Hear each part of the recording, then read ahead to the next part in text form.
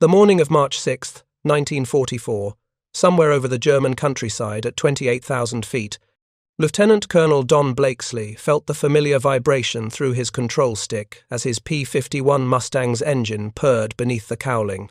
Below him, a formation of B-17s stretched across the sky like a deadly constellation, their contrails writing white lines against the blue.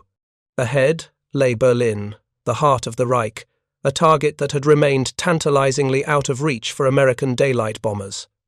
But today was different. Today, strapped beneath Blakesley's wings and those of his squadron, hung two silver cylinders that would change everything about the air war over Europe. If you're enjoying this deep dive into the story, hit the subscribe button and let us know in the comments from where in the world you are watching from today. Those cylinders were drop tanks, external fuel tanks that seemed almost laughably simple in their design. Yet they represented something revolutionary, something the Luftwaffe had not anticipated and could not counter. For the first time in the war, American escort fighters would stay with the bombers all the way to Berlin and back. The German pilots who had grown comfortable picking off unescorted bombers beyond the range of Allied fighters were about to discover that their hunting grounds had vanished overnight. The stakes could not have been higher. By early 1944, the Allied bombing campaign hung in the balance.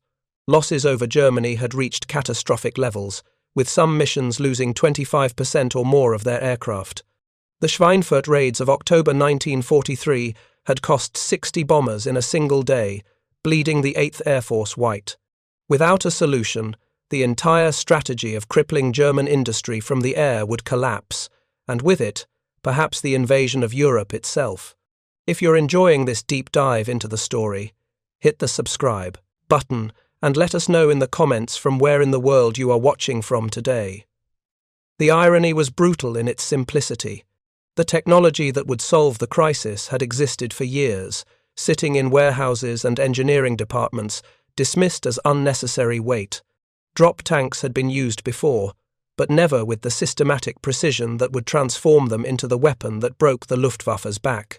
German commanders, confident in their defensive strategy, had built their entire air defense around the assumption that Allied escorts would always have to turn back somewhere over the Reich.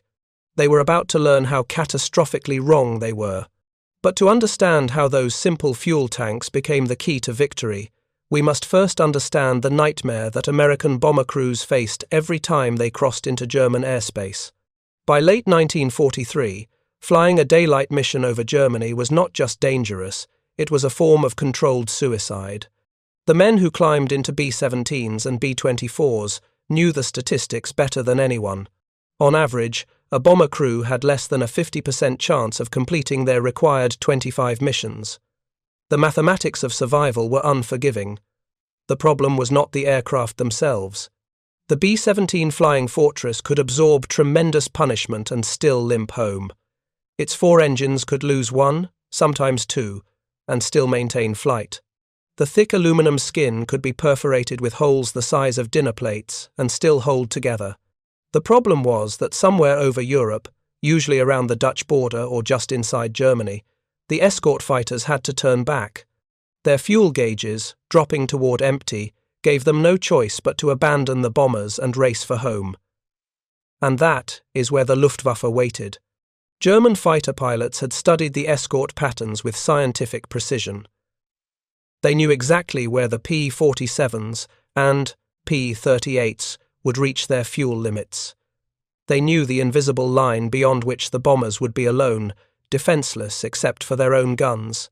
Like predators sensing wounded prey, they would mass just beyond that line, conserving their fuel, waiting for the moment the escorts disappeared over the horizon. The tactics were devastatingly effective. Messerschmitt 109s and Focke-Wulf 190s would attack in coordinated waves, often head-on, exploiting the bombers' most vulnerable areas. A frontal attack gave German pilots the largest target while minimizing their exposure to the bombers' defensive guns. The closing speed was terrifying, over 600 miles per hour combined, leaving little time for evasive action.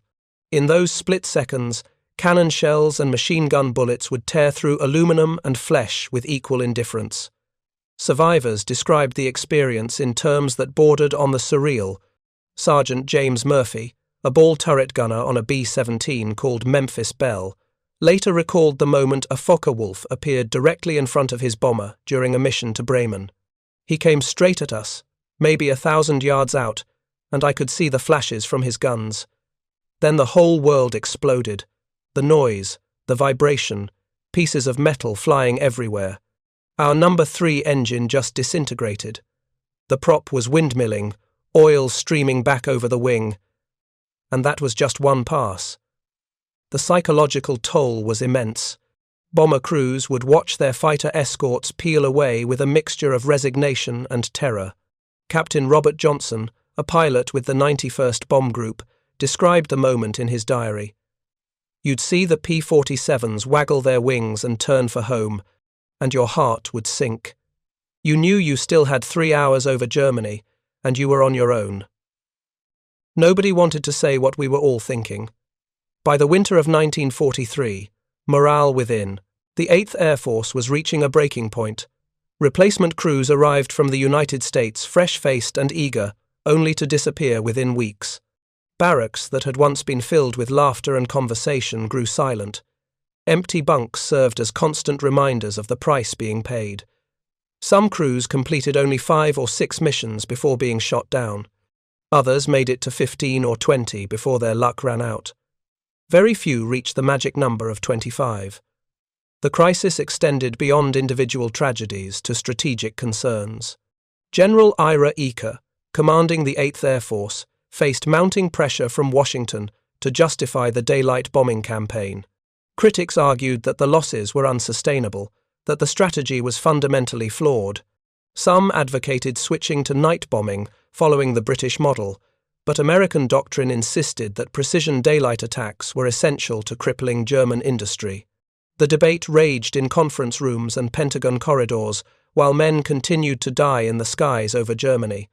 The mathematics were unforgiving. At the current loss rate, the 8th Air Force would exhaust its trained crews within months. Training replacements took time the Allied war effort might not have. The invasion of Europe, scheduled for some time in 1944, depended on achieving air superiority over the continent. If the bombing campaign collapsed, if German industry continued functioning at full capacity, the invasion might fail before it began. Into this crisis stepped a solution that had been hiding in plain sight. External fuel tanks, drop tanks, had been developed and tested years earlier. The concept was elegantly simple. Attach additional fuel tanks to external mounting points on fighter aircraft, extend their range dramatically, then jettison the tanks when they were empty or when combat began. The freed aircraft would retain full maneuverability while having flown much farther than their internal fuel capacity would normally allow. But there had been resistance. Some pilots worried about the tank's effect on aircraft performance. Others questioned their reliability. Weight and balance calculations had to be recalculated. New procedures had to be developed for jettisoning the tanks safely. Most critically, the tanks themselves had to be manufactured in massive quantities, requiring factory space and materials that were desperately needed for other war production. The breakthrough came through a combination of necessity and innovation. Engineers at North American Aviation, working closely with military planners, had been steadily improving the P-51 Mustang's range capabilities. The Mustang, powered by the British Rolls-Royce Merlin engine, already had impressive range for a single-engine fighter. With internal fuel alone, it could fly farther than any other Allied fighter. But with drop tanks, it became something unprecedented. A fighter that could escort bombers to Berlin and still have fuel for combat and the return journey.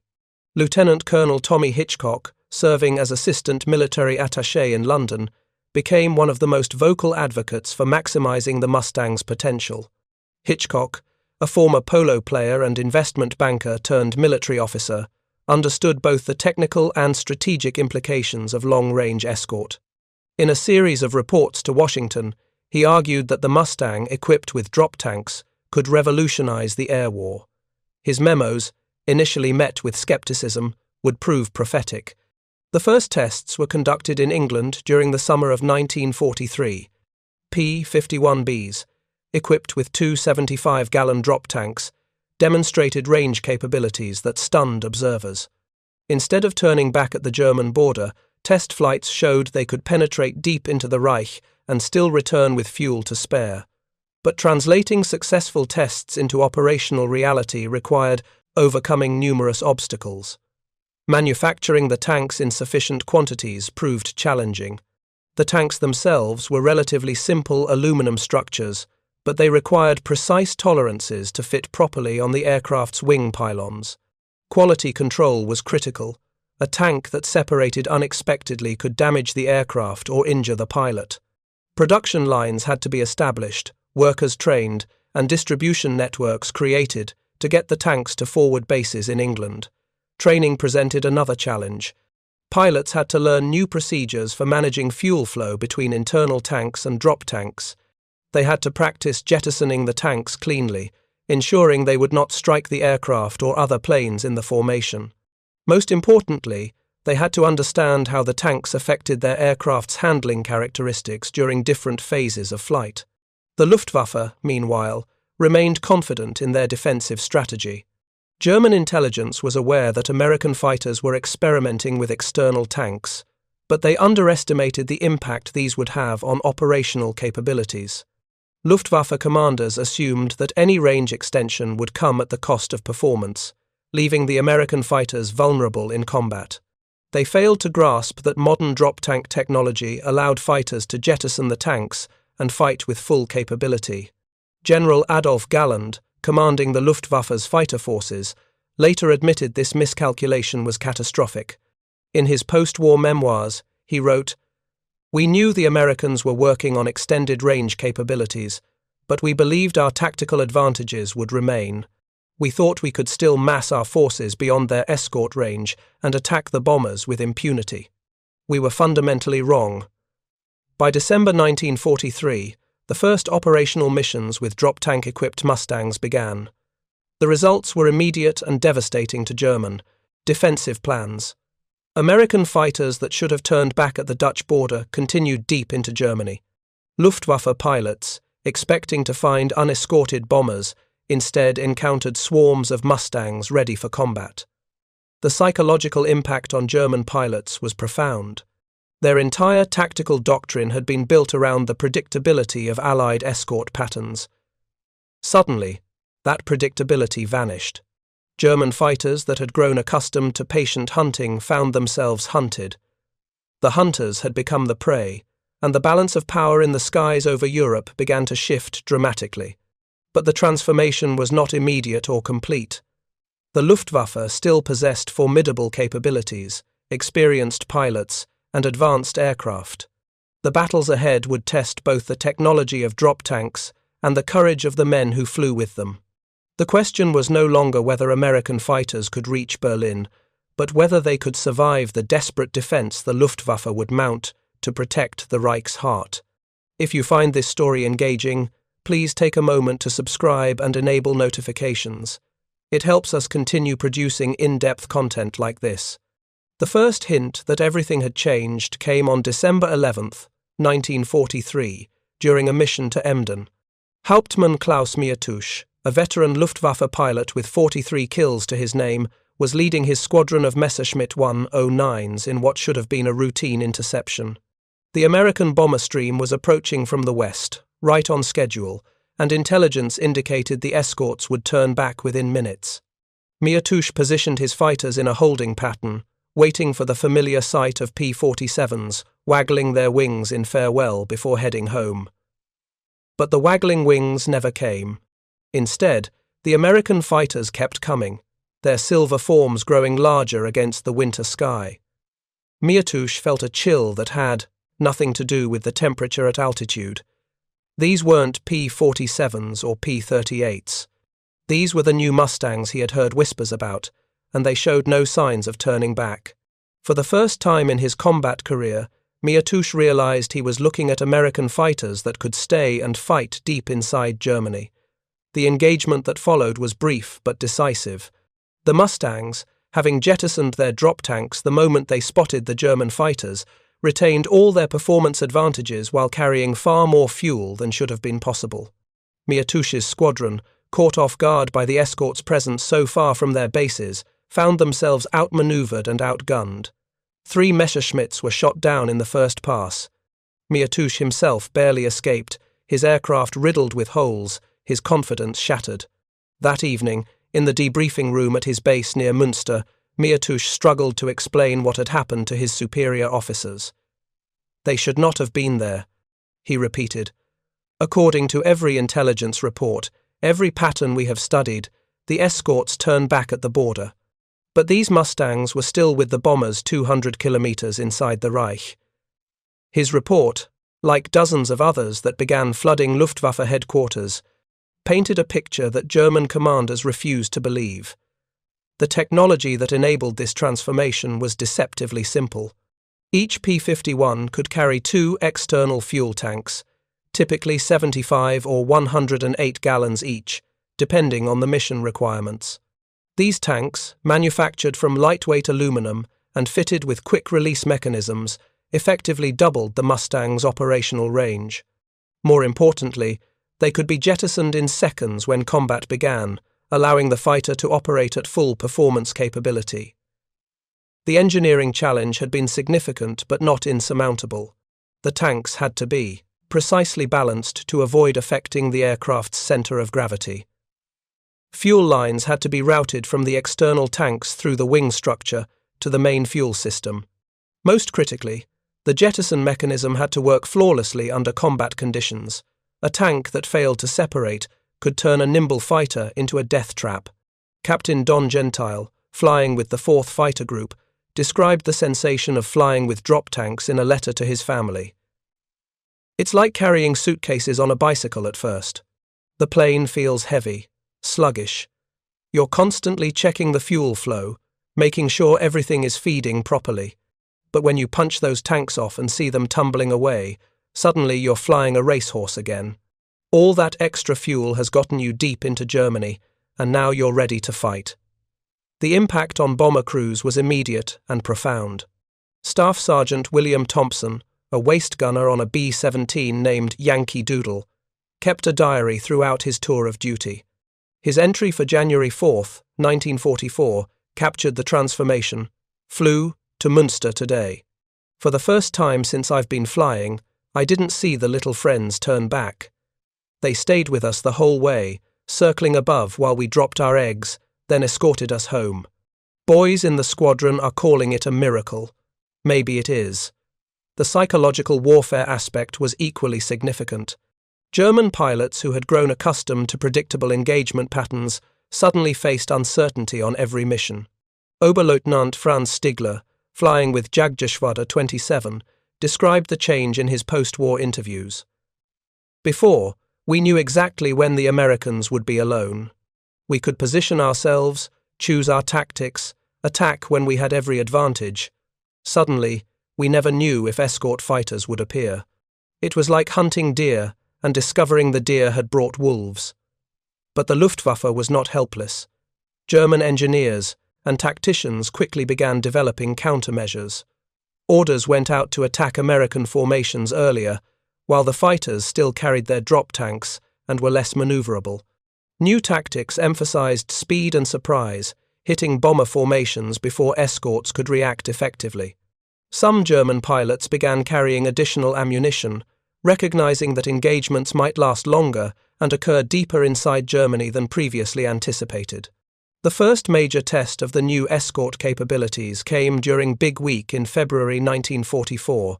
This coordinated offensive, targeting German aircraft production facilities, would send bombers deeper into the Reich than ever before. The missions to Schweinfurt, Leipzig, and other industrial centers would test whether drop tank technology could truly change the balance of the air war. If you find this story engaging, please take a moment to subscribe and enable notifications. It helps us continue producing in-depth content like this. On February 20th, 1944, nearly 1,000 American bombers took off from bases across England, bound for aircraft factories in central Germany. Escorting them were over 800 fighters, most carrying drop tanks that would allow them to provide cover throughout the mission. For the Luftwaffe, this represented an existential threat. If American bombers could strike aircraft production facilities with impunity, the Reich's ability to defend itself would crumble. The German response was massive and desperate. Nearly 400 Luftwaffe fighters rose to meet the incoming formations, the largest defensive effort mounted to that point in the war. But the Germans faced a fundamental problem. They could no longer predict where and when they would engage the enemy.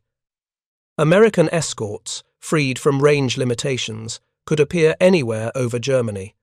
Oberst Johannes Steinhoff, commanding Jagdgeschwader 7, positioned his fighters near Leipzig, expecting to intercept unescorted bombers attacking the aircraft plants there.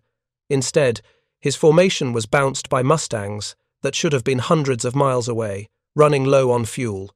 The engagement was catastrophic for the Germans. In less than 10 minutes, Steinhoff lost 12 aircraft while shooting down only 2 bombers. The statistics from Big Week told the story clearly. German aircraft production facilities suffered significant damage, but more importantly, the Luftwaffe lost over 400 aircraft in 6 days of fighting. Many of these losses occurred deep inside Germany, where Luftwaffe pilots had previously operated with near impunity. The drop tank-equipped escorts had effectively extended the battlefield to Germany's heartland. For individual bomber crews, the change was transformational. Lieutenant Robert Rosenthal, pilot of a B-17 called Rosie's Riveters, flew 25 missions between January and May 1944. His crew's survival, remarkable given the odds, was largely attributed to consistent escort coverage. "We never flew alone," Rosenthal later recalled. "Even over Berlin, even when the flak was so thick you could walk on it, there were always Mustangs up there watching over us. The human cost for the Luftwaffe was devastating. Experienced pilots, the backbone of German air defense, were being shot down at unsustainable rates. Unlike their American counterparts, who could be rescued if shot down over friendly territory, German pilots shot down over their own country were often lost permanently. Worse, the training pipeline for replacement pilots had been disrupted by the very bombing campaigns the Luftwaffe was failing to stop.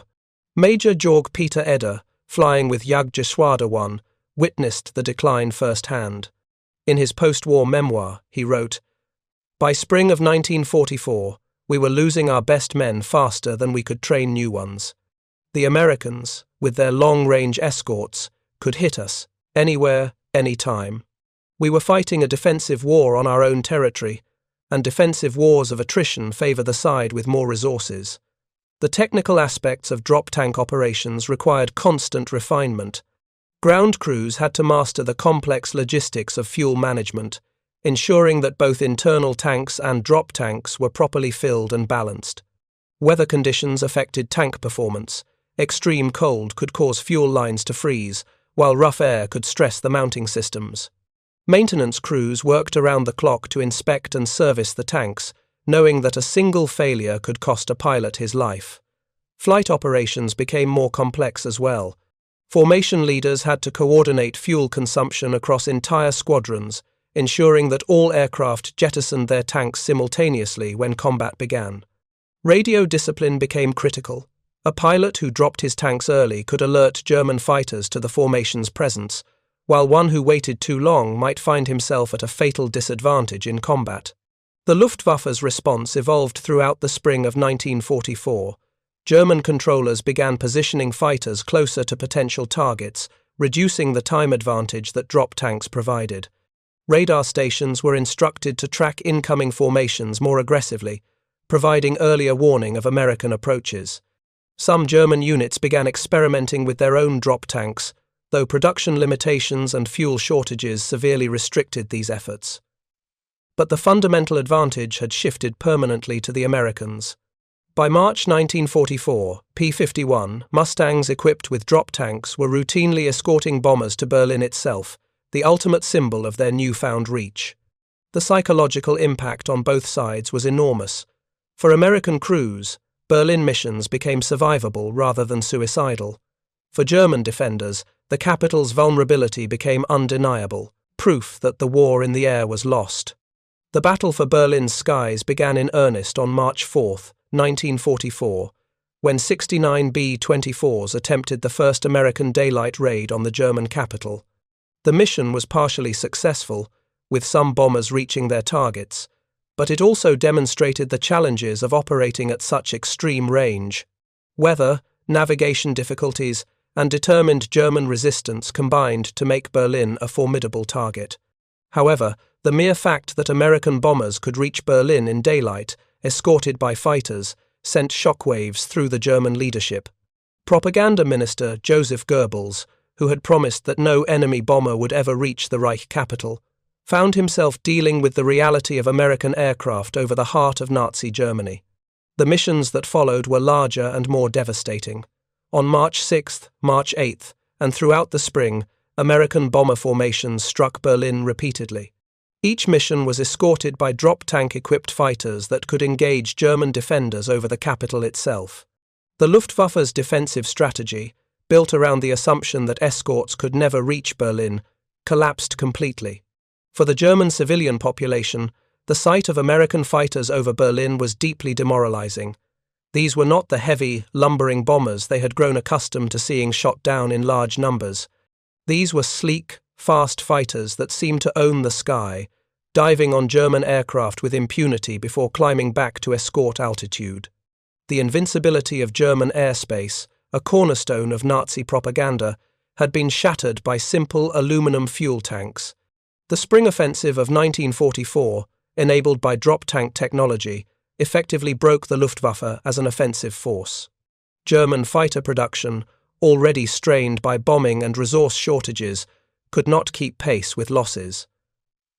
More critically, the pilot training program collapsed under the pressure of constant defensive operations. New German pilots, rushed into combat with minimal training, were no match for experienced American pilots flying superior aircraft with unlimited range. By D-Day, June 6, 1944, the transformation was complete. Allied aircraft flew over the Normandy beaches virtually unopposed. The Luftwaffe, which had once dominated European skies, could muster only token resistance to the invasion. This air superiority, essential to the success of Operation Overlord, had been purchased with drop tanks and the courage of the men who flew with them deep into the heart of the Reich. Part 3 of the script. Final. The morning of May 8, 1945, dawned quiet over the airfields of England. For the first time in nearly 6 years, no bombers would take off bound for Germany. No fighters would strap on drop tanks for the long journey to Berlin. The war in Europe was over, and the silence felt almost unnatural to men who had grown accustomed to the constant roar of engines preparing for combat. In the dispersal areas where Mustangs sat cooling in the morning air, ground crews found themselves with an unfamiliar luxury. Time to reflect on what they had accomplished. Staff Sergeant Mike Gladich, a Polish-American pilot with the 56th Fighter Group, walked among the aircraft that morning, running his hand along the wing pylons where drop tanks had hung on hundreds of missions. Those tanks, he later wrote to his sister, were the difference between life and death for thousands of bomber crews. Simple pieces of aluminum that changed everything. His sentiment was echoed across dozens of airfields by thousands of men who understood that a relatively minor technological innovation had altered the course of the war. The statistics told a story of transformation that bordered on the miraculous. In the dark days of late 1943, bomber loss rates over Germany had reached 25% on some missions. By the spring of 1945, those rates had dropped to less than 2%. The difference was not just numerical, it was existential. The 8th Air Force had gone from bleeding itself white to achieving near total air superiority over the Reich. Drop tank technology had not merely extended the range of escort fighters, it had fundamentally rewritten the rules of aerial warfare. But the human cost remained staggering on both sides. Even with improved escort coverage, the war had claimed tens of thousands of airmen. American bomber crews, despite better protection, continued to face flak, mechanical failures, and determined resistance. German pilots, fighting an increasingly hopeless defensive battle, died in their cockpits over their own homeland, watching their air force disintegrate mission by mission. Oberst Johannes Steinhoff, one of the few senior Luftwaffe officers to survive the war, reflected on the transformation in his post-war memoir. The moment American fighters appeared over Berlin with fuel to spare for combat, we knew the war was lost. Not just the air war, but the entire conflict. When your enemy can strike anywhere, anytime, with impunity, defeat becomes inevitable. Those drop tanks represented more than extended range. They represented the death of our defensive strategy.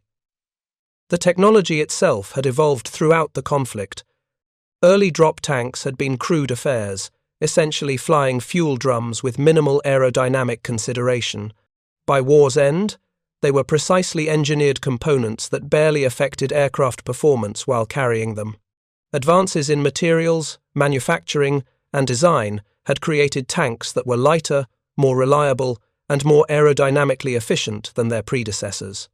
Major Thomas Christian, an engineering officer with the 8th Air Force, supervised much of this technological evolution. His reports, declassified decades after the war, revealed the constant process of refinement that made drop tank operations so effective. "We learned something new on every mission," he wrote. Tank separation in different weather conditions, fuel flow rates at various altitudes, stress patterns on mounting hardware. Each improvement meant more bombers coming home. The psychological warfare aspect had proven as important as the tactical advantages. German fighter pilots, once confident hunters, had become hunted prey in their own skies. The stress of constant defensive operations, combined with fuel shortages and declining aircraft quality, had shattered Luftwaffe morale. By late 1944, many German pilots were flying their first and last missions on the same day, shot down by experienced American pilots flying superior aircraft with unlimited operational range. Lieutenant Hans Joachim Marseille, nephew of the famous German ace, flew his only combat mission in February 1945. His aircraft, a hastily built Messerschmitt 109 with substandard materials and minimal fuel, was shot down over Berlin by a Mustang pilot on his 50th mission. The contrast encapsulated the transformation that drop tanks had enabled. Experienced American pilots with limitless fuel facing desperate German novices flying on fumes. For bomber crews, the psychological transformation was equally dramatic. Technical Sergeant Joseph Murphy, a radio operator on a B-17 called Lucky Lady, described the difference in a letter to his wife. "Remember how scared I was in my early letters, how I wrote about boys not coming back, about being alone over Germany. That all changed when the long-range escorts arrived. Suddenly we weren't flying suicide missions anymore. We had guardian angels with us, all the way to the target and back." The strategic implications extended far beyond individual missions. German industrial production, protected by distance and defensive fighters in the early war years, became vulnerable to sustained attack. Aircraft factories, ball-bearing plants, synthetic fuel refineries, and transportation networks all fell within range of escorted bomber formations. The cumulative effect was the collapse of Germany's war economy, hastened by the inability to defend key industrial areas. Albert Speer, Hitler's armaments minister, later acknowledged the decisive role of American air superiority in Germany's defeat. Once their fighters could escort bombers anywhere in the Reich, he testified at Nuremberg, our production capabilities began an irreversible decline. We could not manufacture aircraft fast enough to replace losses, nor train pilots quickly enough to replace the experienced men we were losing daily. The ripple effects touched every aspect of German military capability. Fuel shortages, caused partly by bombing of synthetic fuel plants, grounded aircraft that might otherwise have challenged Allied operations. Transportation networks, repeatedly attacked by escorted bombers, could not efficiently move troops or supplies. Most critically, the Luftwaffe's training program collapsed under the pressure of constant defensive operations, creating a death spiral from which German air power never recovered. But victory had come at an enormous price for all involved. American bomber crews, despite improved survival rates, had endured a grinding campaign of attrition that left lasting scars. Many crews completed their required missions only to volunteer for additional tours, driven by a combination of duty and survivor's guilt. Others returned home carrying invisible wounds that would haunt them for decades. Captain Robert Johnson, who flew both P-47s and P-51s during the war, captured this complexity in his post-war writings. We won because we had better technology, more resources, and yes, those drop tanks that let us go anywhere. But winning doesn't erase the memory of friends who didn't make it home. Every successful mission was built on the sacrifice of the men who flew and died in the early days when the odds were against us. The technical lessons learned during the campaign influenced aviation development for decades. Drop tank technology, refined under combat conditions, became standard equipment for military aircraft worldwide. The concept of extending operational range through external fuel storage became fundamental to Air Force planning, enabling everything from transoceanic deployments to long-range patrol missions. More broadly, the campaign demonstrated how relatively simple technological innovations could produce strategic advantages far beyond their apparent complexity. The drop tanks that transformed the air war over Europe were not sophisticated weapons or revolutionary aircraft designs. They were aluminum fuel containers with reliable separation mechanisms, yet their impact on the war's outcome was arguably as significant as radar, jet engines, or any other technological advancement. The lessons extended beyond technology to tactics and strategy. The campaign proved that air superiority, once achieved, could be maintained and exploited for decisive advantage. It demonstrated the vulnerability of even the most sophisticated air defense systems when faced with sustained, long-range attack. Most importantly, it showed that technological advantages mean nothing without the human courage to exploit them. For the families of airmen on both sides, the war's end brought complex emotions. Relief at survival mixed with grief for those lost, pride in victory tempered by understanding of the costs paid. Missus Dorothy Johnson, whose husband flew Mustangs with the 357th Fighter Group, spoke for many when she said, "When the war ended, I was grateful beyond words that Tom was coming home. But I never forgot that his survival came because other men, both American and German, didn't survive. Those drop tanks saved lives, but they couldn't save everyone. The German perspective was colored by defeat, but also by recognition of the futility of their situation once American escorts could reach anywhere in the Reich." Hauptmann Klaus Miertusch, the veteran pilot who had first encountered long-range escorts over Emden, survived the war in a prison camp. His later reflections captured the German military's understanding of what had changed. "We fought bravely. Our aircraft were often superior. Our pilots in the early years were well trained. But once the Americans could escort their bombers anywhere, we were finished. You cannot win a defensive war against an enemy with unlimited reach." Today, preserved Mustangs fly at airshows around the world, their Merlin engines still producing the distinctive sound that once struck fear into Luftwaffe pilots.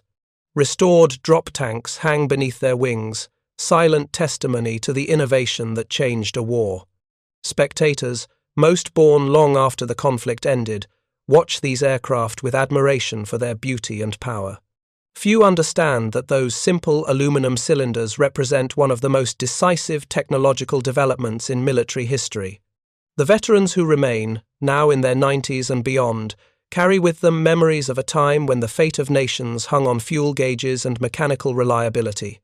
They remember the weight of responsibility that came with every mission, the relief of successful tank separation, the satisfaction of shepherding bombers safely home. For them, the sight of a Mustang with drop tanks is not nostalgic entertainment but a reminder of sacrifice, innovation, and the thin margins that separate victory from defeat. The story of drop tanks and the long-range escort mission reminds us that warfare often turns on details that seem mundane to outsiders but prove decisive in practice. The difference between fuel capacity and fuel consumption, measured in gallons and minutes, determined whether bomber crews lived or died, whether missions succeeded, failed, whether nations stood or fell. In a conflict defined by massive armies and sophisticated weapons, victory ultimately depended on aluminum tanks and the courage of men willing to fly them into combat. As we reflect on this chapter of history, the lessons remain relevant. Technological innovation, no matter how simple it appears, can produce strategic advantages that reshape entire conflicts. But technology alone means nothing without the human element. The pilots who flew with those tanks, the crews who maintained them, the planners who deployed them effectively. The drop tanks that escorted bombers to Berlin were successful not because they were revolutionary devices, but because they were reliable tools in the hands of determined men. The legacy lives on in modern military aviation, where air-to-air refueling and external fuel systems trace their lineage directly to those wartime innovations. Every time a fighter aircraft extends its range through external fuel, every time an air force projects power across oceans and continents, the ghost of those aluminum drop tanks flies alongside, a reminder that sometimes the simplest solutions prove most effective. Thank you for watching. For more detailed historical breakdowns, check out the other videos on your screen now, and don't forget to subscribe.